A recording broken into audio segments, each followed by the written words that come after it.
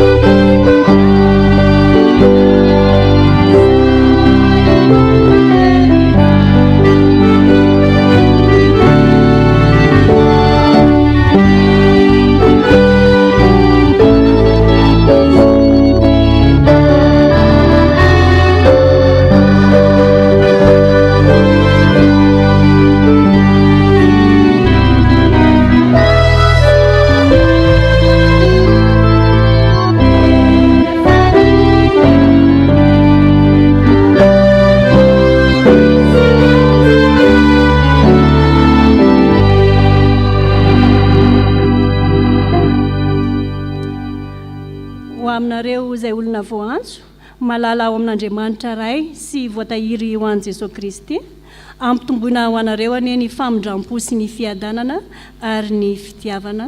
Amen. Andeha hiara-antsika mamaky ny salamo fa 900. Salamo fa 900 hiara-antsika mamaky ny andininy voalohany ary atsahatritsika eo amin'ny andininy fahadimy.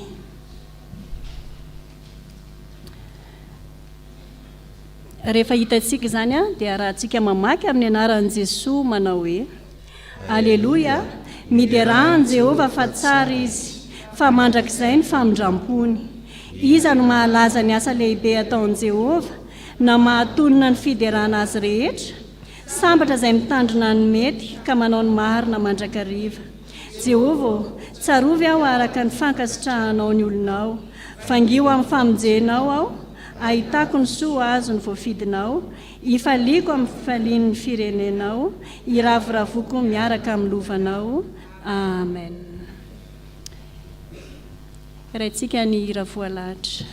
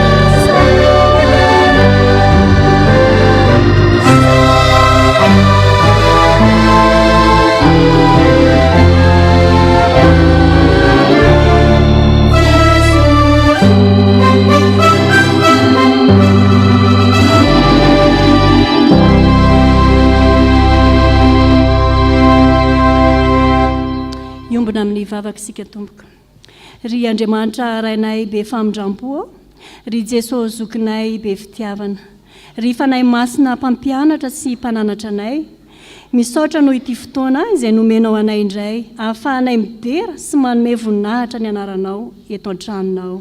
Isaoranay anao ny tombonandrom-pahavelomana sy ireo izay rehetra nitranga tamin'ny fiainanay na ny soa zany na ny ratsy. Misaotra noho ity fotoana izay natokana ho an'ny sampanasa AFF izay mariky ny fiorenanay amin'ny finoana marina anao.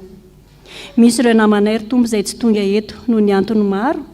Ray ary-tsay amin'izy ireny ilay fahasoavanao manana ambiampy, ka ianao no anasitrana ny tsy salama, ampahery izay manan'olana, ampitraka ireo izay ketraka, ary anahitra ireo izay mbola matory ara-panahy, ary indrindra ampahiratra ireo izay minimikipy tsy te halalanao. Ka isaoranay anao sahady ny valim-bavaka rehetra izay omenao azy ireny. Amasino ny fotoana rehetra fa namasonao, ka na izahay vory eto na ireo manaraka amin'ny tambazotra dia samy ho feno ny fanahinao masina avokoa. Ho mariky ny fiombonanay ara dia iarahanay manonona ilay vavaka tsara indrindra nampianarin'i Jesosy manao hoe: Rainay izany an-danitra, ho amasinina ny anaranao, ho tonga ny fanjakanao, atao any sitraponao, hiatany tahaka ny an-danitra. Omeo anay an'io ny anina sahaza ho anay, ary mamela ny elokay tahaka ny namelanay izay meloka taminay. Agaza mitondra anay amin'ny fakam-panahy, fa manafahanay amin'ny ratsy, anao ny fanjakana sy ny hery ary ny voninahitra mandrakizay. Amen. Petraka ny fiangonana.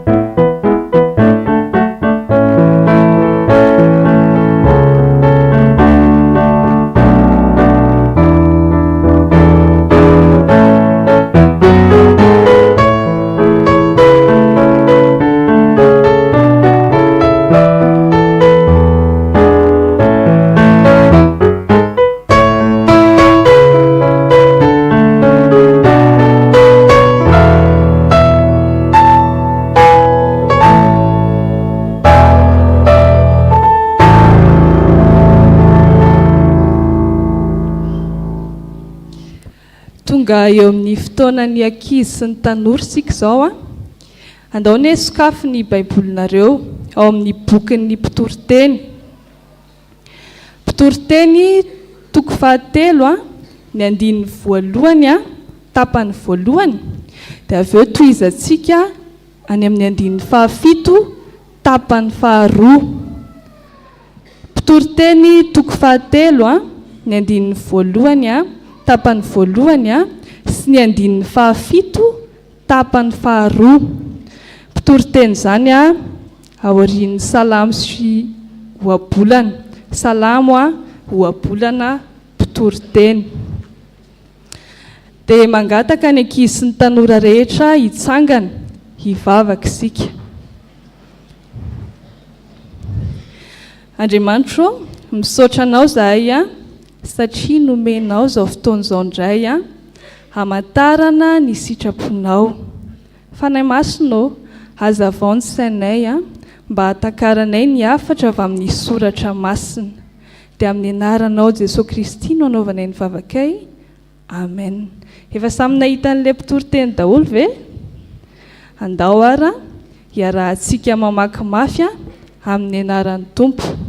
Ny zavatra rehetra samy manana ny fotoanany avy. Ao ny andro, ary ao ny andro itenenana. Afaka mipetraka nareo. Tantarany Naivo sy Bema no tantaraiko anareo a, hangalantsika hafatra avy amin'izany soratra masina izany. Naivo sy Bema dia lehilahy kely anankiroa, 10 taona eo izy.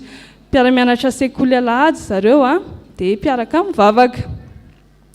Naivo sy Bema reo zany a, ny tena spesialiteany a, ao am-piangonana dia miresaka. Izay ny tena hainy izay. Satria moa zany zareo tsy dia mihaona loatra mandritra ny herinandro raha tsy Alahady a, dia tena hoe manararoatra miresaka mihitsy rehefa Alahady. Tantaraina daholo ny film, dessin animé, fiainana any an-trano, fiainana any am-pianarana, tapitra voatantara daholo. Dia indray Alahady ary, vita ny toritenin'ny pastera, dia nandeha ny vavaka, dia nandeha ny hira.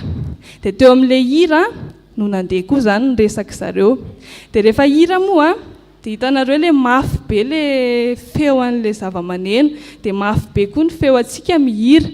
Dia tsy dia mifankare zany raha tsy miteny mafy be, dia miteny mafy be zareo miresaka. Nanontany Naivo, i Bema, inona lesy ny anaran'ny savony manitra anareo? Dia namaly Bema, Sontex le manitra be reny. Manitra be zany lahy zao. Lesy zany hoe indray mandeha isan-kerinandro ihany ny mandro rehefa latsinainy. Dia ny loza teo amin'ilay Bema ny teny iny a, tapaka ny jiro tao am-piangonana. Dia tonga zany dia ny feo an'ny teny hoe indray mandeha isan-kerinandro amin'ny mandro ny henon'ny olona rehetrarehetra teo amin'ny manodidina. Dia rehefa henon'ny olona izay dia mazava ho azy mitodika daholo ny olona mijery hoe izy izany firehetra izany. Dia avy eo tapitapitra izay elaela taty aoriana ny firava ny fiangonana, dia nody Bema. Dia nifanena tamina lehilahy iray izy teny an-tanànan zareo. Efa nirava izany ny fiangonana, efa eny an-trano izy. Dia nanontany ilay lehilahy, Bema, ahoana ny toriteny tao am-piangonanareo tao? Dia tsy namaly Bema. Fa ahoana ny toriteny tao am-piangonana? Tsy toriteny nga ny pasteranareo? Tsy niteny inona izy tao? Dia inona namaly Bema? Niteny izy ka. Hoy izy hoe ilay tôbila mangamanga eo amin'ny vavahady mila akisaka fa mibahana. Dia ajanontsika hatreo ny tantara. Inona ny lesona asoahantsika amin'izany? Isika koa dia tahaka ny Naivo sy Bema zany. Mitabataba isika indraindray io vavy io zany manahirana fotrany te hisokatra, te hiteny zany foana. Ny inona nefa ny vokany rehefa ohatra isika ka mitabataba? Voalohany aloha manakotaba n'ilay eo akaiky. Ohatran'ilay tantaran'ny Bema teo zany zao nijery daholo ny olona hoe izany olona tsy misasy zany raha tsy indray mandeha. Faharoa lasa tsy mahare ininitsika tsy mihareny mpitarika aty aloha tsy mahare toriteny nenibema zany zao ny zavatra mba eniny dia inona tôbila mangamanga mila akisaka dia androany Jesosy dia mitaona antsika avy amin'ny alalan'izany teny izany. Misy fotoana anginana hoy ilay soratra masina teo, misy fotoana itenenana. Ka rehefa atao am-piangonana ary raha nareo ny anontaniako dia mangina sa miteny ny tokony atao? Mangina, dia izay indrindra. Dia averintsika vakiana ilay soratra masina teo. Iarahantsika mamaky mafy amin'ny anaran'ny Tompo. Ny zavatra rehetra samy manana ny fotoanany avy, ao ny andro anginana ary ao ny andro itenenana. Iaraka hivavaka isika dia averinareo izay teneniko, raha vonina ny angina moa izany, fa raha tsy vonina dia averinareo ihany izay teneniko. Ao ary hivavaka isika. Jesosy, misaotra anao zahay noho ny amin'ny teninao. Ampio zahay mba tsy tabataba fa hifantoka tsara atao am-piangonana. Amin'ny anaranao Jesosy nanaovana ny vavakay. Amen. Ho an'Andriamanitra rery ny voninahitra. Amen.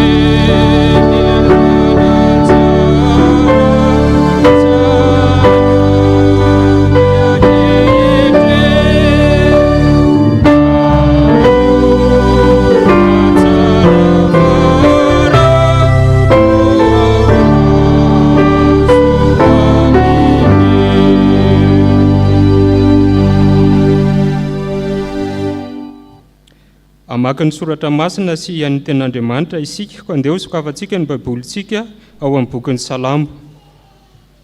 Salamo 140 ny andininy voalohany ka hatramin'ny 140. Salamo 140 ny andininy voalohany ka hatramin'ny 140. Ny teny izay vakiako dia dika teny 9. Zao amaky azy amin'ny anaran'i Jesosy, izany dia milaza ny fisaorana nataon'izay saika maty nefa novonjen'Andriamanitra. Izao dia tian'ny Tompo satria efa nandreo ny feon'ny fonako izy, satria efa nanongilana ny sofin'ny tampoko izy, dia niantso aho raha mbola velona koa. Nanodidina tampoko ny famatoran'ny fahafatesana ary nahazo ahy ny fahorian'ny fitoeran'ny maty. Nahita fahoriana sy alahelo aho, dia niantso ny anaran'ny Tompo aho hoe mifona aminao aho, Tompo, afao aho. Mamindra fo sy marina ny Tompo, eny miandra Andriamanitsika. Miaro ny olona tsopo ny Tompo, reraka aho dia namonjy ahy izy. Miverina ho amin'ny fitsaranao ry fanahyko, ary ny Tompo efa nanisy soanao. Ianao dia nanafaka ny fanahyko tamin'ny fahafatesana sy ny masoko tamin'ny ranomaso, ary ny tongotrao tamin'ny fahatafitohinana. Handeha eo anatrehan'ny Tompo eo amin'ny tany velona aho, nanampinoana tokoa aho na dia niteny aza hoe reraka loatra aho. Hoy aho tamin'ny fahitairako, mandainga ny olona rehetra.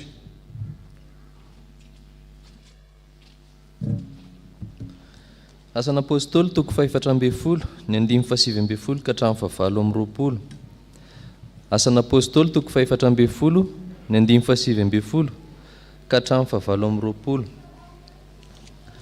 Ary nisy jiosy tonga avy tany Antiokia sy Ikonioma izay nitaona ny vahoaka ka nitora-bato amin'ny Paoly, dia nitarika azy hoe nivelan'ny tanàna satria natao ny fahefa maty izy, fa noho nanodidina azy ny mpianatra dia nitsangana izy ka lasa niakatra tao an-tanàna. Ary noho ny ampitso dia niala tao izy sy Barnabasy ka nakany Derbe. ary rehefa nitoriny filazantsara tamin'izany tanàna izany izy ka nahazo mpianatra maro dia miverana nakany Lista sy Ikonioma ary Antiokia. Indray izy nampahery ny fanahin'ny mpianatra ka nananatra azy aharitra amin'ny finoana sady nilaza fa tsy maintsy ho amin'ny fahoriana be no hidirantsika amin'ny fanjakan'Andriamanitra.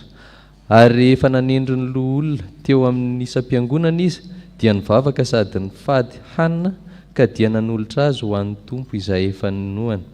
Ary rehefa nandeha namaky ny Pisidia izy dia tonga tany Pamfilia, ary noho ny efa nitory ny teny tany Perga izy dia nidina nakany Atalia.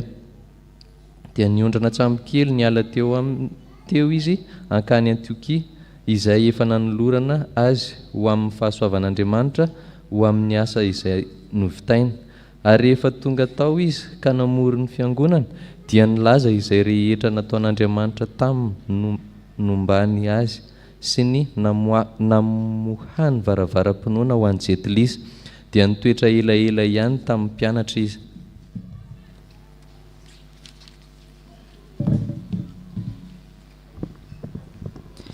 Filazantsara araka ny Lioka toko 7:10 ny 1:1 hatramin'ny 5. Lioka toko 7:10 ny 1:1 hatramin'ny 5. Rehefa hita dia andeha ovakitsika am-pitsanganana. Amin'ny anaran'ny Tompo, aroa Jesosy tamin'ny mpianany, tsy maintsy ho avy ny fahatafitohinana nefa lozan'izay olona mahatonga izany. Aleo anatonana vato lehibe fiksoam-bary ny voziny ka atsipy any an-dranomasina izy, toy izay ahatafitohana na dia anankiray amin'ireto madinika ireo aza. Mitandrema ianareo, fa raha mahanota ny rahalanao dia teneny mafy izy, ka raha mibebaka izy dia mamela ny elony. Ary raha manota aminao impito indray andro izy, ary mivalo aminao impito kosa manao hoe mibebaka aho dia mamela ny elony. Ary ny apôstôly tamin'ny Tompo, ampitombo ny finoanay. Fa hoy ny Tompo, raha manana finoana na dia ohatry ny voatsin'ampy iray azy ianareo, dia azonareo lazaina amin'ny vory azy io hoe miongota, ary ao ka ambolena ao anaty ranomasina dia anaiky anareo izy. Ray masino, manamasinana ny fahamarinana, ny teninao ny fahamarinana. Amen.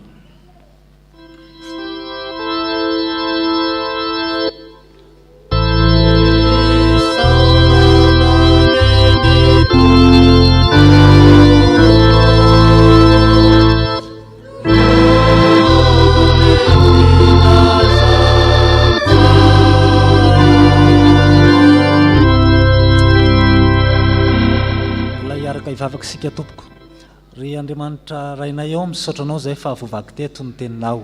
Ankehitriny zay Jesosy raha ian'ny afatra ny teninao, mangataka ny fanainao masina zay tompo mba omba ny mpanomponao zay hitondra ny afatra, ary indrindra zay mpiaino ihany koa Jesosy dia mangataka ny fanainao masina izahay mba hosokafanao ny fonay tsirairay avy hidira ny teninao. Amin'ny anaranao Jesosy no hanaovanay ny vavaka. Amen.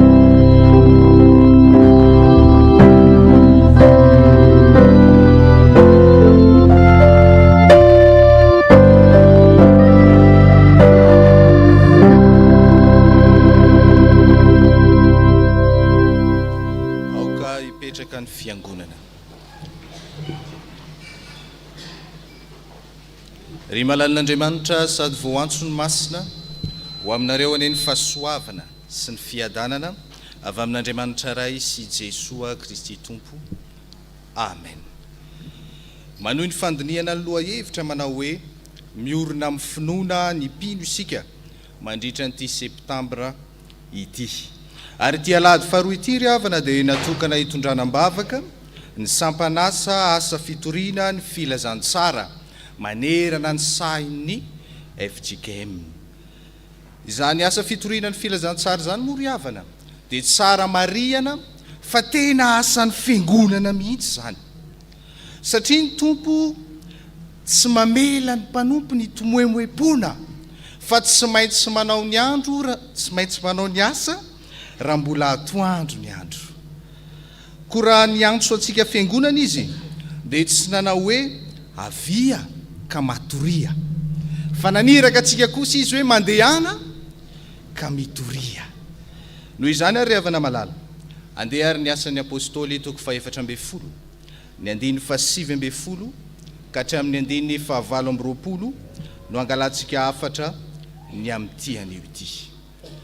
Ny asan'ny apôstôly toko 4 ity ry havana dia milaza ny endriky ny asa misiona na ny fitoriana filazantsara izay nitanterahan'i Paoly sy Barnabasy. Rehefa tena nandeha nitory filazantsara tokoa ireo apôstôly ireo ry havana dia tena nahita fahombiazana tamin'ny fitoriana ny filazantsara, satria nitatra lavitra ny finoana sy ny filazantsara. Maro ny olona nandray ny filazantsara ka tonga kristianina, betsaka ny olona ny ovafoa ka tonga tamin'ny finoana ny Kristy, ny aina tamin'ny tenin'Andriamanitra. Teny malona ny zany fandrosoan'ny finoana sy ny filazantsara zany nefa ry havana. Dia misy toetra izay tsy maintsy nananan'ireo apôstôly izay nitory ny filazantsara. Anisan'izany ohatra ny fahafoizana izay rehetra heverina ho sarobidy.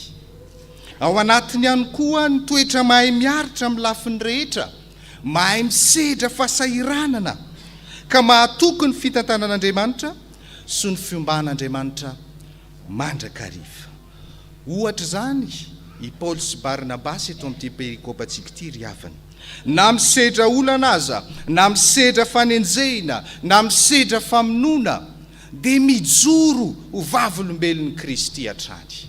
Satria tokoa ry havana, ny mpitory filazantsara dia mandresy na misedra olana azy.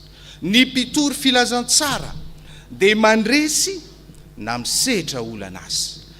Raha mijery eo amin'ny andiny 7 sy ny 20 sika ry havana dia hitantsika ao fa ny 𝗔𝗟𝗔𝗛𝗛𝗛 izay tsy nino, tsy nandray ny filazantsara izay nitorian'i Paoly sy Barnabasy no nitarika sy nandresy lahatra ireo olona tao Listra mba hitora-bato azy ireo. Ireo olona izay tao Listra ireo dia ilay olona izay avy nilanjalanja azy ireo tahaka ny Andriamanitra tamin'ny nasitranany Paoly, ilay lehilahy malemy tongotra. Eto ry havana no atsiarovantsika ilay tenin'i Jesosy any amin'ny Lioka toko 2 ny andiny 17 manao hoe ary ho alan'ny olona rehetra anareo no ny anarako. Enjehina no ny fitoriana ny filazantsara, enjehina no ny fijoroana vavolombelon'ny Kristy. Ry havana malala, izao soratra masina izao dia mampatsiaro antsika sy mampiomana antsika fa rehefa toriana tokoa ny filazantsara, rehefa manatanteraka asa fanompony sika, dia tsy maintsy misy ny tora-bato izay herisetra ataon'ny fahavalo. Ry havana, masika amin'izay mikely aina amin'ny fitoriana ny filazantsara le ratsy ka mampiasa olona izy hanao herisetra amin'ny mpanompon'Andriamanitra ary fofoiny hatramin'ny ainy mihitsy azy. Fa ny mahafaly kosa ry havana, na dia manao maherisetra na manao izay ho afany aza ny ratsy, na dia mikely aina amin'ny famonoana ny mpanompon'Andriamanitra aza ny ratsy, dia izao tsy mahingotra ny ainy mpitory filazantsara zany izy, satria ny tompony momba azy, ny tompony momba izay rehetra miorina amin'ny finoana ka miasa amin'ny alalan'izany finoana zany. tsy manary ny tompo ry havana. Eny fa na dia vomafy azy, eny fa na dia noheverina ho faty ary Paoly, dia niosotranony tompo izy ka natsangany tamin'ny maty indray. Nampandresy azy ireo Jesosy ry havana, ilay efa nandresy ny fahafatesany. Ary zany indrindra no tokony horenantsika mampahery antsika fiangonana ankehitriny, ka hatonga antsika sahitory filazantsara naiza ny raha ny tompo antsika, satria Jesosy le mpandresy ka mampandresy antsika no momba antsika mandrakariva mandra-pahataperan'izao tontolo izao. Izy no miaro antsika amin'ny setrasetran'izao tontolo izao. Ry fiangonana malala, ndeha arika tanterao le nandrany tompo anao, fa mpandresy ianao fa tsy resy, ka aza mety ho voasaka ny tora-bato izay mety hampiemotra anao, ka hatonga anao tsy hiasa ho an'Andriamanitra. Fa isika ry havana tsy naman'izay miemotra amin'ny finoana, fa isika dia mandroso hatrany, satria matoky isika fa Jesosy no miantoka ny fiainantsika. Kosa iny mitory filazantsara, ny mpitory filazantsara dia mandresy na dia misedra olana azy. Fa tsy zany ihany ry havana, fa ny mpitory filazantsara ihany koa dia mijoro vavolombelona. Ny mpitory filazantsara dia mijoro vavolombelona. Hitantsika amin'izao perikopy izao tokoa fa tanàna maro ny tetezin'ny Paoly sy ny mpanaradia azy, ary nandritra n'izany nitety tanàna maro zany Paoly dia nahazo mpianatra maro izy, sady nitety toerana maro ihany koa. Satria tokoa na dia teo aza ny fanenjehina, na dia teo aza ny famonoana azy ireo, dia rehefa narovany Jesosy Kristy tamin'ny fahafatesana izy, dia mbola nandeha nitory filazantsara ihany, fa tsy niemotra ka nilaza hoe fa ampy kosa rangazy izay efa saiko maty mihitsiko, aloha hijanona amin'izay. Tsy niteny an'izany Paoly ry havana, fa sanjoro vavolombelona izy, nampahery ny fanahy mpianatra ka nananatra azy ireo mba haritra amin'ny finoana, mba tsy hiala amin'ny finoana izy ireo, na dia mafy aza ny fijoroana vavolombelon'i Kristy. Zany ry havana dia hitantsika eo amin'ny 2:20. Ry havana malala, mitaona antsika eto ny soratra masina, mba hanararoatra ny fahavelomantsika, ny tombonandro izay omen'ny tompo antsika, mba hitoriana ny filazantsara, hanao zava-dehibe ny fijoroana vavolombelona ho an'i Kristy. Ararao tiary ny fahavelomanao, mba hitoriana ny filazantsara ny Kristy, ataovy izay azonao atao mba hamaro ny babon'ny Kristy, ka mitoriana amin'ny fotoana na tsy amin'ny fotoana. Ny fitoriana ny filazantsara mantsy ry havana dia tena fiaina ny mpino mihitsy zany, fa tsy natao hoe rehefa amin'ny fotoana manokana ihany vao hitory filazantsara, ka rehefa miantso etsy le AFF zay vao hoe andeha hitory filazantsara, fa tena fiainana zany. Amin'ny fiainanao manontolo dia tokony hitory filazantsara ianao. Ary zany indrindra ry havana no aseho amin'ny Paoly eto, fa ny olona miasa vokatry ny finoana dia mijoro vavolombelona ho an'i Kristy amin'ny fotoana rehetra sy amin'ny toerana rehetra. Ka na efa tafaverina tao amin'ny fiangonana izay naniraka azy tany Antiokia azy Paoly, dia nitantarainy avokoa izay rehetra nataon'Andriamanitra taminy, nanokafan'Andriamanitra varavarana ho amin'ny asa fitoriana, namohany varavara-pinoana ho an'ny jentilisa. Izany ry havana dia tsy entina hanandratantena na hiderana tena akory, fa fijoroana vavolombelona, satria izy mahatsapa ny fahalebiazan'Andriamanitra, mahatoky ny hery sy ny fahefan'Andriamanitra tsy voafetra, ary mizara ilay fitiavan'Andriamanitra izay niporifoiny tamin'ny alalan'i Jesosy Kristy, dia ilay fitiavany ny olona rehetra zany. Ka mitaona antsika zany ry havana mba hiorina amin'ny finoana, atoky an'Andriamanitra, hiasa ho an'Andriamanitra, satria Andriamanitra dia tsy mba mandao ny mpanompony. Ry havana malala, isika fiangonana izay mitory ny filazantsara koa ankehitriny, aoka mba tena ho sa mijoro vavolombelona, ka nahambara ireo izay mbola tsy mahalala ny fitiavan'i Kristy izay nasehony tamintsika, lazao amin'ny hafa izay efa namonjeny Kristy ianao, mba ho famporena mpinoana ho an'ny hafa, ko ambarao izay hitanao, izay tsapanao, izay niainanao niaraka tamin'i Kristy. Ry fiangonanao, ko aza menatra ny joro vavolombelon'ny tompontsika, na misarotra na mora. Ho an'Andriamanitra ireny voninahitra. Amen.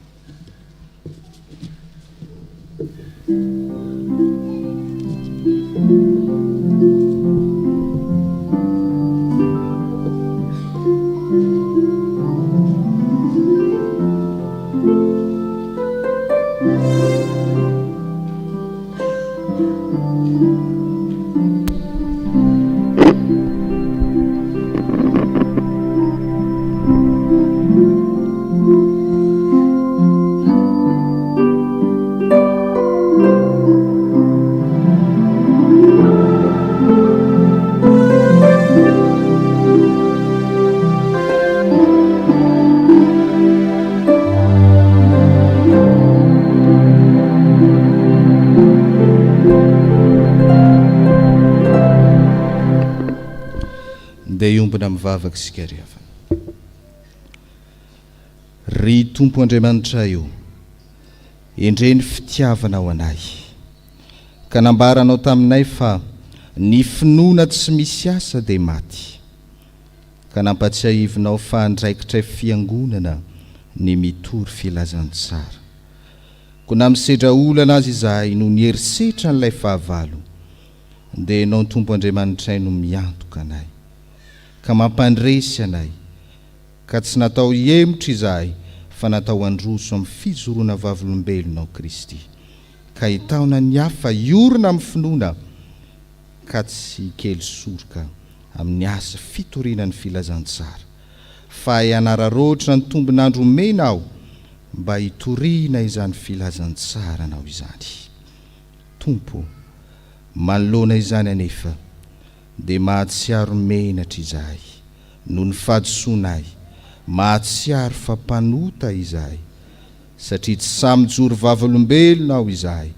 Enina dia ny matoky anao aza dia indraindray toa adinonay, mbola miany amin'izao fiainana izao izahay, ka tsy mahatsapa ny fahalebiazanao, tsy mahatsapa ny fitiavanao, ka tsy miasa ho anao.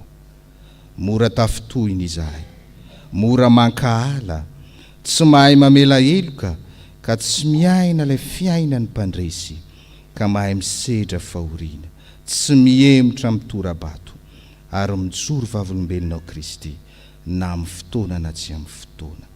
Mifony izahay noho izany fahotana izany. Tompo, tsaronay tokoa fa na dia manao ny asanao izahay, dia tsy tsaronay kory ny manambara ilay fitiavanao Kristy, fa toa entina hiderana tena indraindray. Mamindra fo aminay Tompo, mamelany ilokay. Tompo, enoy ny fivavakay, ary mamindra fo aminay. Naran'i Jesosy. Amen.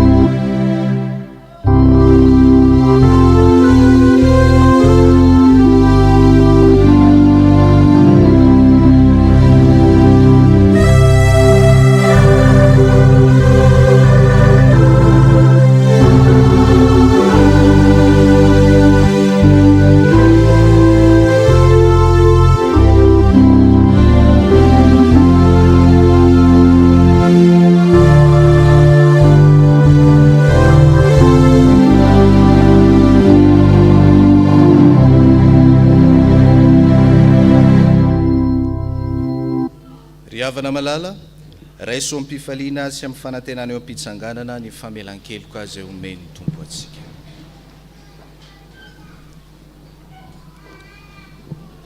Hoy ny tompo, satria ninoanatra ianao ka nanetry tena teo anatrehako.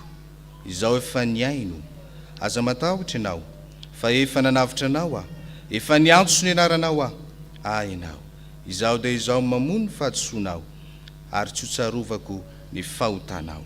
Ary amin'izany dia tsy misy fanameloina ho an'izay ao amin'ny Kristy Jesoa. Ko ambara amin'ny anaran'i Jesosy Kristy ry havana, fa voavela ny elokareo noho ny anaran'ny Masina. Midy rano tompo. Sambatra ny olona izay voavela ny elo, sy voasarona amin'ny fahotana.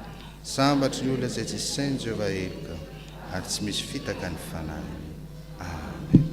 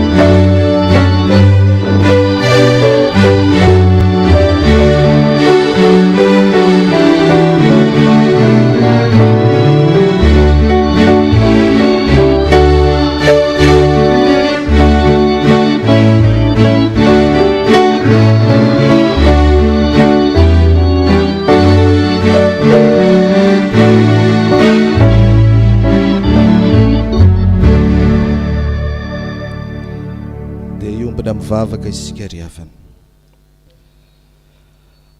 Misaotra anao zahay ry Andriamanitra io, fa mbola niteny taminay indray ianao, ka mitarika anay androso hatrany hanavao mandrakariva ny fanompoana ianao, ka sahijoro vavolombelonao Kristy. Mivavaka aminao izahay ho an'ny sampanasa asa fitoriana ny filazantsara, mba hitombo amin'ny fahatokina ny herinao Kristy, ka na inona sedraina sy lalovana dia sahijoro vavolombelonao amin'ny toerana rehetra, amin'ny fotoana rehetra ihany koa. Da io ireo tompon'andraikitra eo anivony zany sampanasa asa fitoriana ny filazantsara zany, na ny amin'ny foibe, na ny amin'izao fitandremana izao, tolory-saina, fahendrena, mba ahafahana mitarika ny fiangonana manontolo amin'ny asa fitoriana ny filazantsara izay efa nandrana ho azy. Mivavaka aminao izay ho an'ny firenenay, fa ianao Andriamanitra ny tompon'ny tantara sy mitondra ny tantara, ka isan'ny atolotra hoentinao ny tantara ny firenenay. Ko mianta aminao zahay, ahitsio izotra amin'ny lalan'ny fahamarinana sy ny fahamasinana ny firenenay. Ry Tompo Andriamanitra io, reseho ny asan'ny maizina tsy mahavoka tsoa eto amin'ny firenenay sy ny tanindrazanay.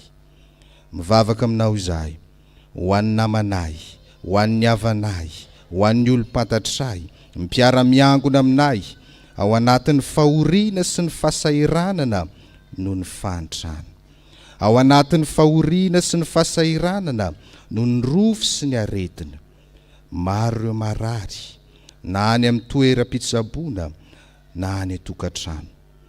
Amangy azy ianao, anendro ny loharanona retina ianao, miara-miasa amin'ny mpitsabo sy ny toeram-pitsaboana ianao, sy trano tompo izay rehetra miantoraka aminao sy manantena ianao. Amaivano ny vesatry ny olana sy ny fahoriana, satria ianao ilay nitondra ny aretinay rehetra, sady ny vesatra ny fahorianay, dia ianao irery no vahaola ny fiainanay. Enoy ny vavakay mpanomponao ry Tompo Andriamanitray, fa ataonay amin'ny anaran'i Jesosy Kristy, izay nonay fa mitoetra eo kavananao ka mangataka ho anay isanandro koa. Amen. Andeha namafy ny finoantsika isika, ko andeha hiaraka anaiky sy anambara ny fanekempinoana kristianina, ka ny fanekempinoana nikianina no iombonantsika manao hoe: isika mino an'Andriamanitra iray, ray tsy toa, mpanao lanitra sy ny tany, ary ny zavatra rehetra na ny hita na ny tsy hita, ary an' Jesosy Kristy Tompo iray, zanaka lahy tokan'Andriamanitra, nateraky ny rainy talohan'izao rehetra izao, ny mazava avy amin'ny mazava, Andriamanitra tokoa avy amin'Andriamanitra, nateraka fa tsy natao, miray amin'ny zavatra rehetra. Izy naharina izao tontolo izao, noho ny amintsika olombelona, sady famonjenantsika, dia nitona avy tany an-danitra izy, ary nataony fanahy masina nofo avy tamin'ny marivetsiny, dia tonga olona izy. Nombona teo amin'ny azo fijaliana ny fanavontanantsika tamin'ny nanampahany Pontiny Pilato izy, maty izy ka nalevy, nitsangana tamin'ny maty tamin'ny andro fahatelo, arak'izay voasoratra izy, niakatra ho any an-danitra izy, ary mipetraka eo an-tanana kavanany ray, avy any oviany indray amin'ny voninahitra, hitsara amin'ny velona sy ny maty, ary mandrakizay ny fanjakana. Isika mino ny fanahy masina, Tompo sady mpanome aina, izay avy amin'ny ray sy ny zanaka, ka hitsahana sy ankalazaina miaraka amin'ny ray sy ny zanaka. Izy dia niteny tamin'ny vava amin'ny mpaminana. Isika mino ny fiangonana iray, masina, miorina amin'ny fanambaran'ny apôstôly, ary manerana izao tontolo izao. Isika manaiky ny batisa iray ho famelan-keloka, ady manantena ny fisangana amin'ny maty, ary ny fiainana mandrakizay. Amen. Aoka hipetraka ny fiangonana.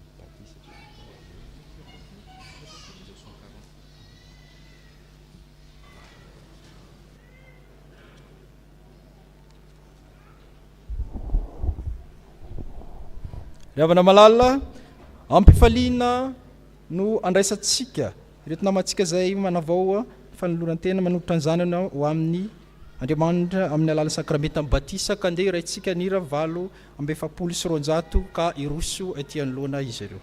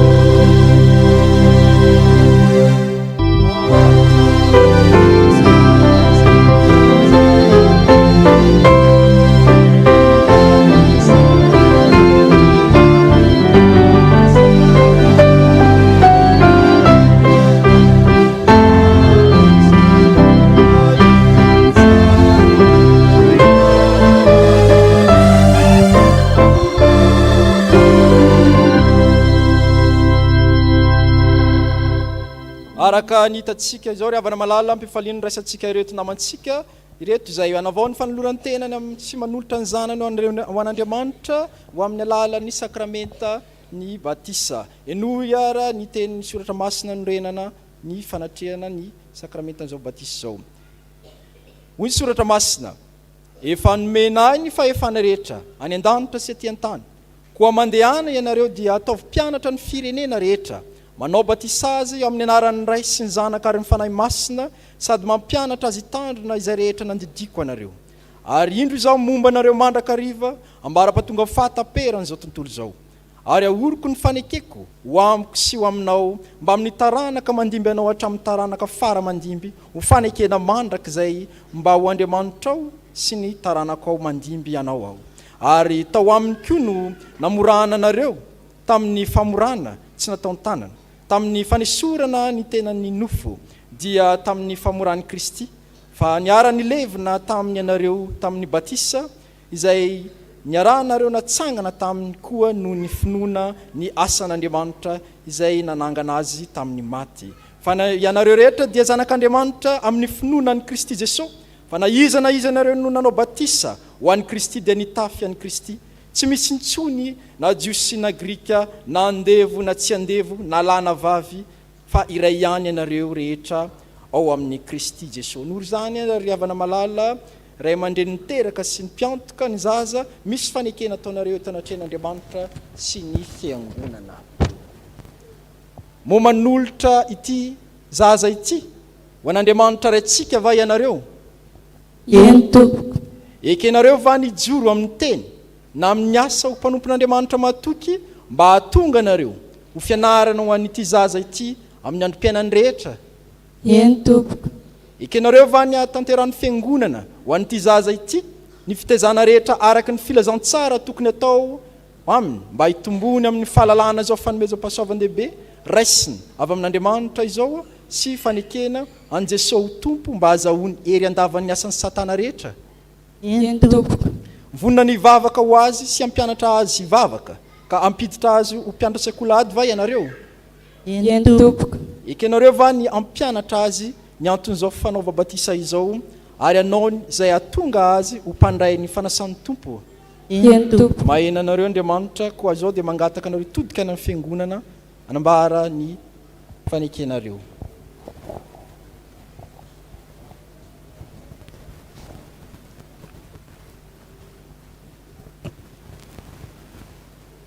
Manolotra ny zanakao an'Andriamanitra raintsika izahay, ekenay ny joro na amin'ny teny na amin'ny asa ho mpanompon'Andriamanitra mahatoky mba hahatonga anay ho fianaran'ny zanakay amin'ny androm-piainanay rehetra. Ekenay ny anatanterahany fiangonana amin'ny zanakay ny fitaizana rehetra araka ny filazantsara tokony atao aminy mba hitombony amin'ny fahalalana izao fahasoavan-dehibe raisiny avy amin'Andriamanitra izao sy hanekenan'i Jesosy tompo mba hahazoany hery andavan'ny asan'ny satana rehetra.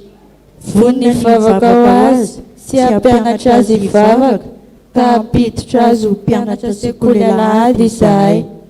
Ekenay ny hampianatra azy ny anton'izao fanaovana batisa izao ary ezahanay ny taona azy ho mpandray ny fanasan'ny tompo. Ny herin'Andriamanitra no iankinanay hataterahanay izany. Amen. Efa ren'Andriamanitra ny fanekenareo matoky azy anampy anareo amin'izany andraikitra masina nekenareo izany izy, fa ny heriny dia tanterahana amin'ny fahalemeny. Sika fiangonana koa ry havana dia tompon'andraikitra eo anatren'Andriamanitra ny amin'ny zaza rehetra efa niraisintsika ao ka ary isika hiara hitsangana hivavaka.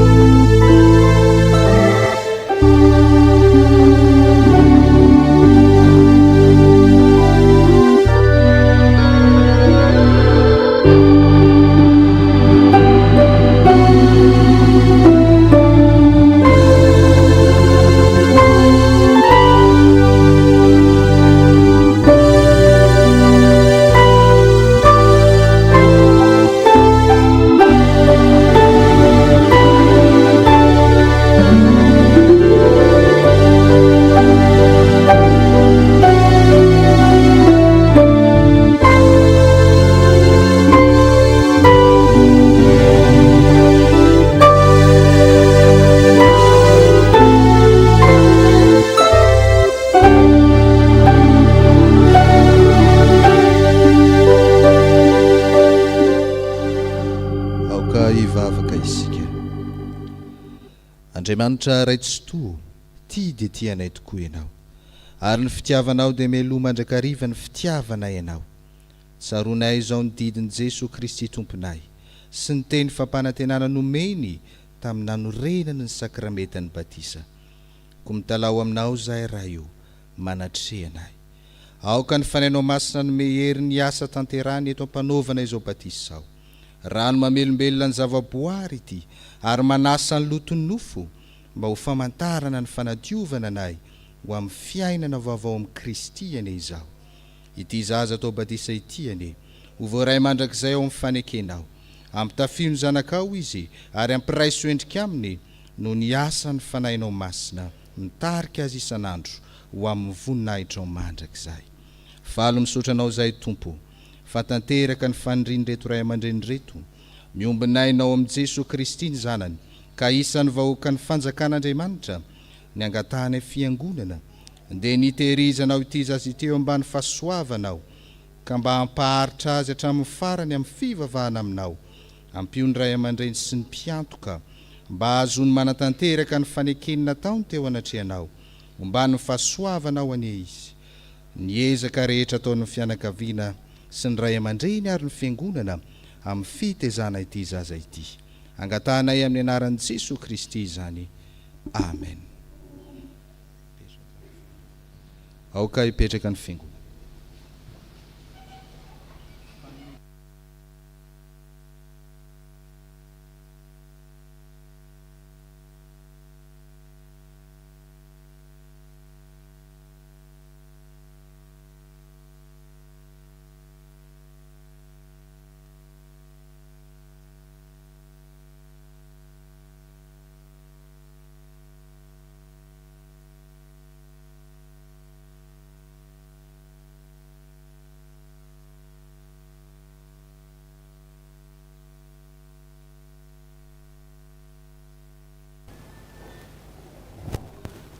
Anaka, aza matahotra, hoy ny Tompo, fa efa nanavitra anao aho, efa niantsy ny anaranao aho. Koa mandehana amin'ny fifalian'ny tomponareo, ary tezao ity zaza ity, ho an'Andriamanitra raitsika. Amen.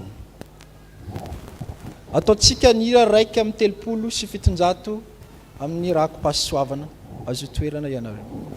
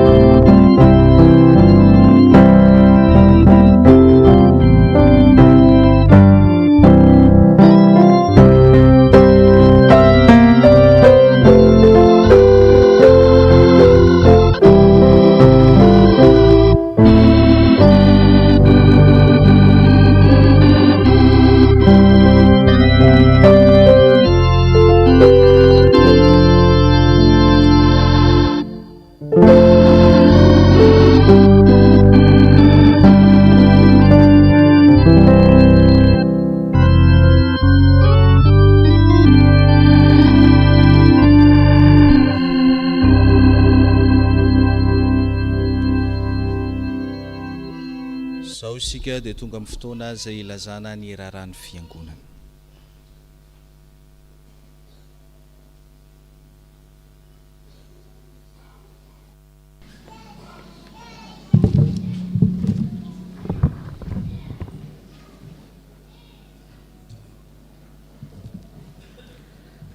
Dia mbola ho ampitomboina aminareo rehetra ny riavana fahasoavana sy ny fiadanana avy amin'Andriamanitra raintsika sy Jesosy Kristy Tompo. Amen. Tozo indray vaovao izao marain'izao avy ampitandrina sy ny biraon'ny fiangonana. Araky ny toroaten'ny fiangonana dia anio no andraisan'ny biraon'ny fiangonana ny vina sy tanjona 524 avy amin'ny sampana sy ny fikambanana rehetra.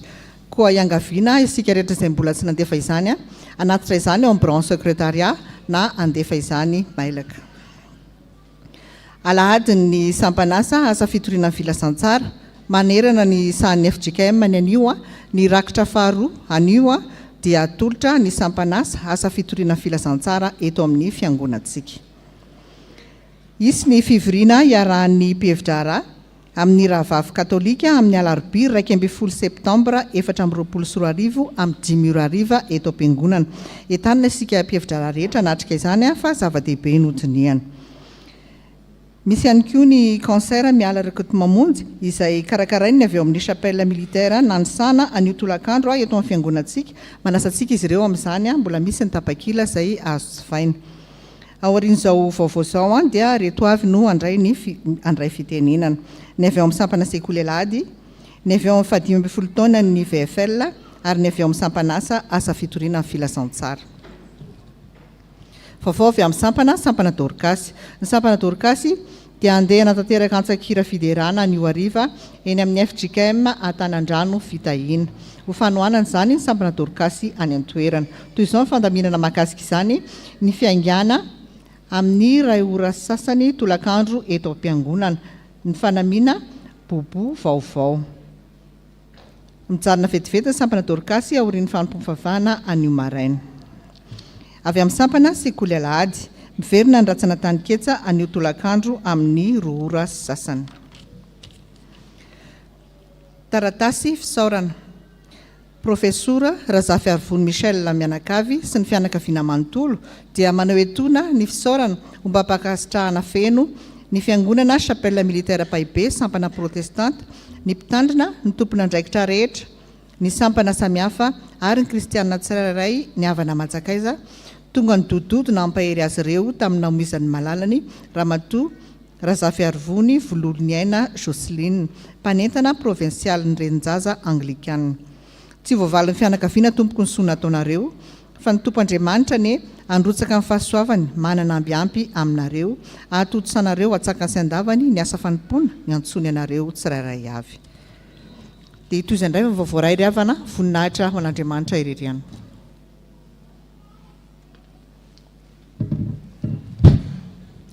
Ny sampana sekoly-alahady no miarabantsika rehetra ary manonatra ny fitahiana sy ny fiadanan'ny tompo ho amintsika.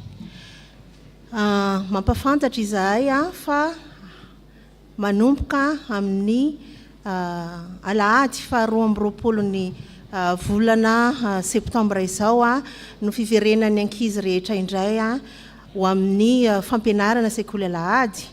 Fiverenana ao amin'ny klasy nisy azy tamin'ny herintaona ihany satria amin'ny fotoana io no anatanterahana ny fizarana ny loka sy ny mari-pankasitrahana tamin'ny vokatry ny fanadinana izay natao tamin'ny volana Jona.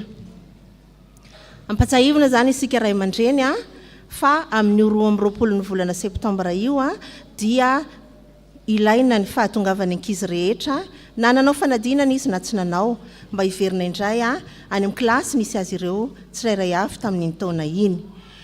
Amin'ny 7 amby roapolon'ny volana septambra kosa izany hoe herinandro ao aorianan'izay no fanokafana indray ny tampidezana manaraka eo anivon'ny sampana sekoly-alahady rehetra. Dia mananteny izahay fa ireo ray aman-dreny izay efa tonga nanantona anay hoe ampiditra ny zanany dia ho avy ihany koa amin'izay alahady fa 7 amby roapolon'ny volana septambra izay. Manaraka izany amin'ny alahady herin'izao fa 5 amby folon'ny volana septambra dia anjaran'ny sampana sekoly-alahady no manao ny fanentanana sy ny asa any amin'ny chapelle militaire any Manjakandriana. Araka izany akoatran'ireo mpampianatra izay efa antsoina ho any dia manentana ihany koa izay anareo ray aman-dreny. Raha mbola misy ny soratra anarana dia misy ireo tompona andraikitra vao misampana hiandra tsy ivelan'ny varavaranaty rehefa mirava ny fotoam-pivavahana afaka misoratra anarana ianareo. Miala amin'ny ena sasany eto am-piangonana isika dia miverina eto raha tara indrindra amin'ny 4 sasany tolakandro. Ny sakafon'ny ankizy dia ny sampana no iantsoroka azy. Ny angatahana amin'ny ankizy kosa dia samy mitondra fitaovam-pihinanana ary indrindra ny akanjo mafana satria tena mbola mangatsiaka ny antoerana. dia manantena sahady ny fahatongavan'ny zanatsika ary misaotra antsika ray aman-dreny.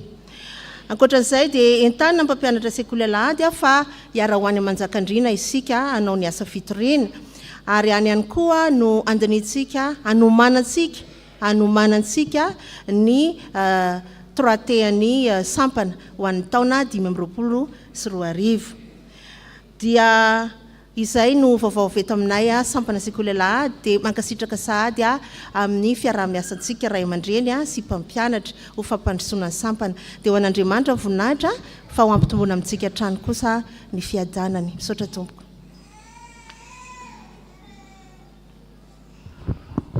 Mbola ampitombona amintsika ny ry havana ny fiadanana avy amin'Andriamanitra ray sy avy amin'ny Jesosy Kristy zanany.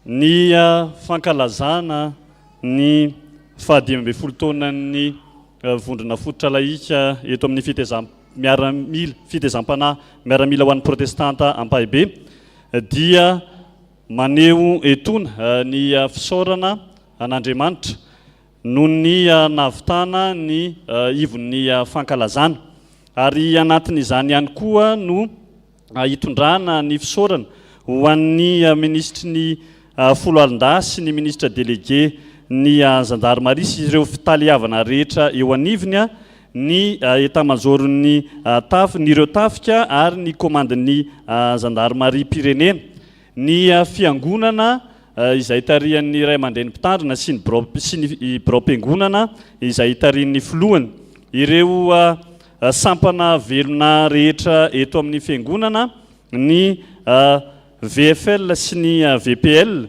ny mpikambana rehetra ao amin'ny vondrona fototra laika eto amin'ny fiangonana izay niara-ny salana natotosa izany ivon'ny fankalazana izany, ireo izay tonga nanotrona, ireo izay nanoana tamin'ny fomba maro samihafa isika fiangonana rehetra. Andriamanitra manakare-pasoavana ny tompoko amaly ifity antsika rehetra. Ny faharoa dia ny fanaovana tatitra arabola mahakasika ny fankalazana izany 12 taonan'ny vondrona fototra laika izany. Raha ny totalim-bola eo ampelantanana amin'izao ora itenenantsika izao dia 804 sy 2 hetsy sy 12 tapitrisa izay mizarazara tahaka izao.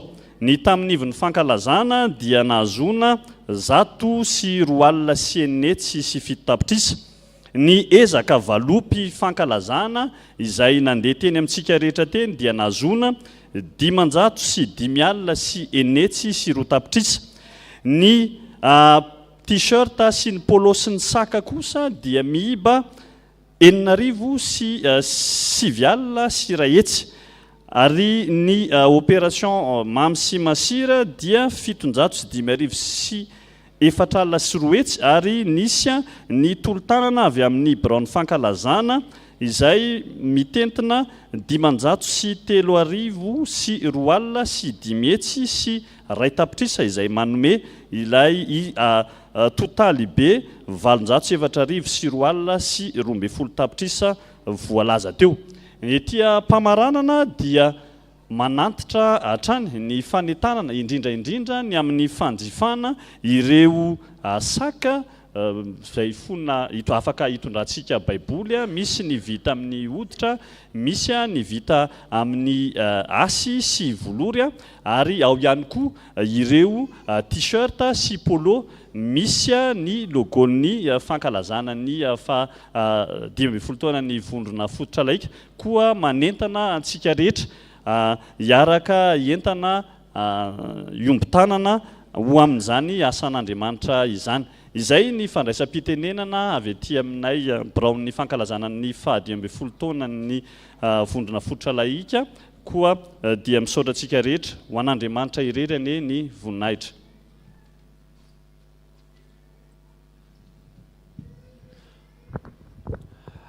Amin'ny fifaliana ry hava malala ao amin'ny tompo no hiara-banay anareo amin'izao alahadiny sampanasa asa fitoriana ny filazantsara izao. Koa manonona ny fiadanan'i Jesosy Kristy aminareo izahay fiadanany fa zao aloha nanysara fiadanana taminareo daholo izay tety aloha teo a fa ndao mba teneniny eo akaikinao ny ao aloha sy ao aoriana hoe fiadanana sady arao tsikitsiky.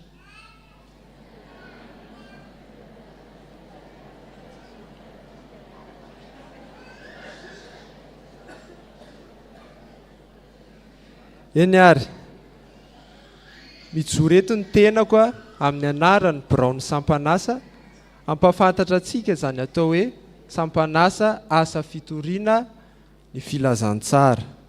Araka izany a zany filaza zany a dia Sampanasa izy fa tsy sampana, misy resaka asa ao zany ka ny asa ataony a araka ny toriteniny enotsika teo a dia ny asa ny fiangonana. Inona avy ary zany? Voalohany a mampandreny malagasy rehetra tsy ankanavaka ny filazantsara ny Jesosy Kristy. Faharoa mijoro vavolombelon Jesosy Kristy eo amin'ny fiarahamonina, satria rehefa nibaiko Jesosy hoe mandehana any amin'izao tontolo izao ianareo a ka mitory filazantsara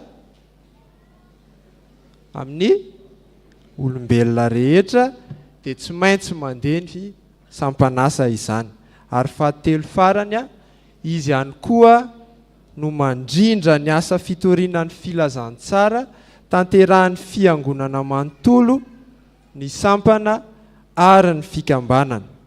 Noho izany ny kristianina rehetra tsy ankanavaka no tokony no mpikambana ao amin'ny tariny Brown. Dia ampahafantarina antsika ny inona avy, mety ho inona avy a no tetikasa ataon'izany Sampanasa izany. Manatanteraka tafika masina farafahakeliny a indroa isan-taona ny Sampanasa. Manatanteraka asa sosialy maro samihafa toy ny mamangy voafonja, mizara fanafody, fa tsy ny any ivelany ihany anefa no karakarany Sampanasa fa ny ao anatiny ihany koa, izany hoe ny mpikambana ao anatiny. Ny mpikambana ao aminy a dia mahazo fampiofanana maro, mahazo fampianarana maro. Ny fampianarana ho avy atsoato izao a raha ilaza aminareo vitsivitsy izay a dia ny hoe ny fitondran-tena mialohan'ny fanambadiana. Misy koa no avy ao hoe ny kristianina sy ny fiarahamonina. Koa atao misika fiangonana manontolo ny sampana velona rehetra ary ny fikambanana anatevina ny Sampanasa ho fanohizana ny asan'i Jesosy sady anehoana ihany koa fa tsy kristianina tia tena isika. Hainareo ve ohatrany ahoana zany kristianina tia tena? Azo ny filazantsara hainy tsara hoe maty Jesosy Kristy, nitsangana tamin'ny maty izy a ho famonjena azy, ho famonjena antsika, dia fiino no anazy rery zany. Ka aoka itsika mba tsy ho kristianina tia tena fa izarana izany famonjena izany a amin'ny olona rehetra. Izany avy ny tombontsoa ho azontsika raha miditra mpikambana ao anatin'izany asa fitoriana filazantsara izany tsika, izany Sampanasa izany. Fa ny tena tombontsoa goavana indrindra ho azontsika koa dia nilazain'i Jesosy Kristy ao amin'ny Lioka 10:20. Dia ny sokafy vetivety ny baibolintsika, Lioka 10:20 azafady ny 20. Lioka 10:20.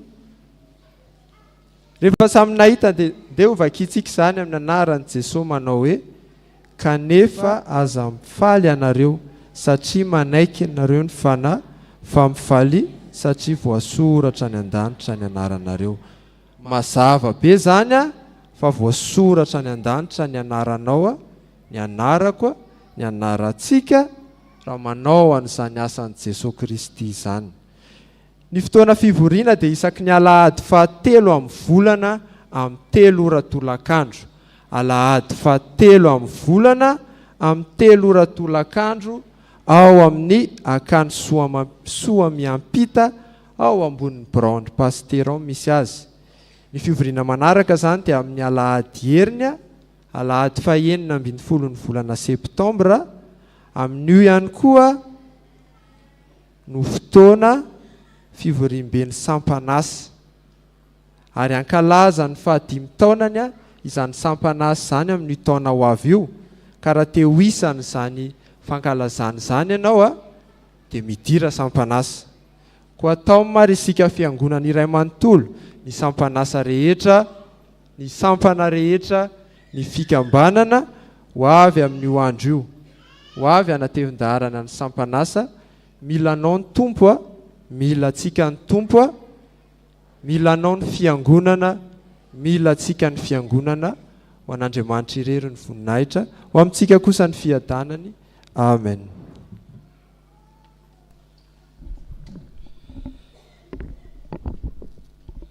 Misaotra an'Andriamanitra isika ry havana noho ny fahavitan'ny fanamasinana ny fanambadiany reto mpanompon'Andriamanitra ireto.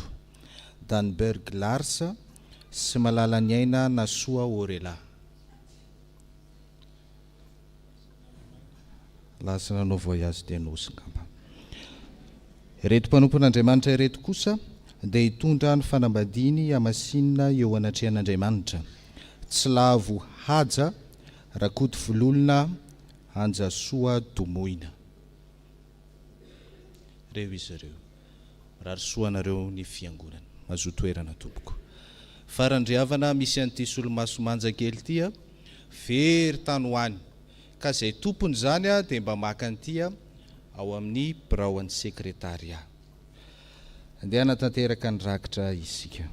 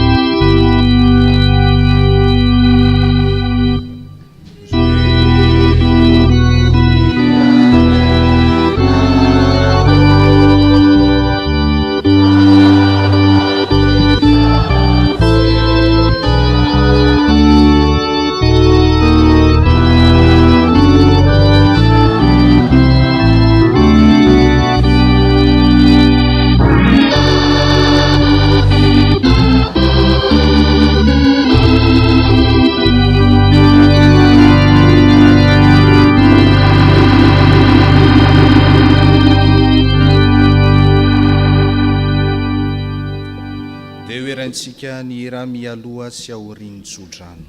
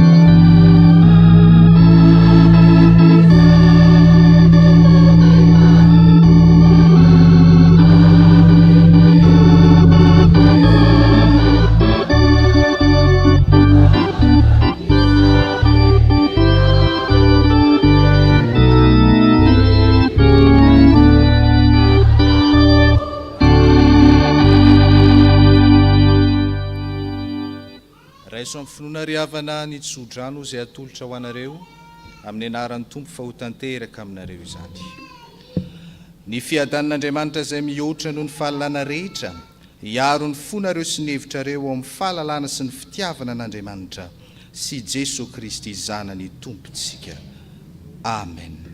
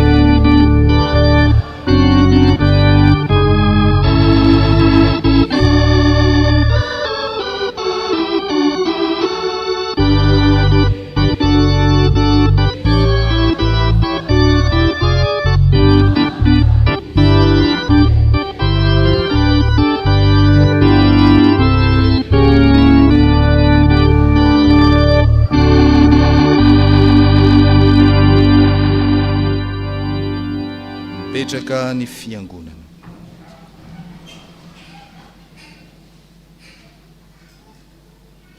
Ho an'Andriamanitra irery any ny voninahitra, ny naran'ny Ray sy ny Zanaka ary ny fanahy masina. Amen.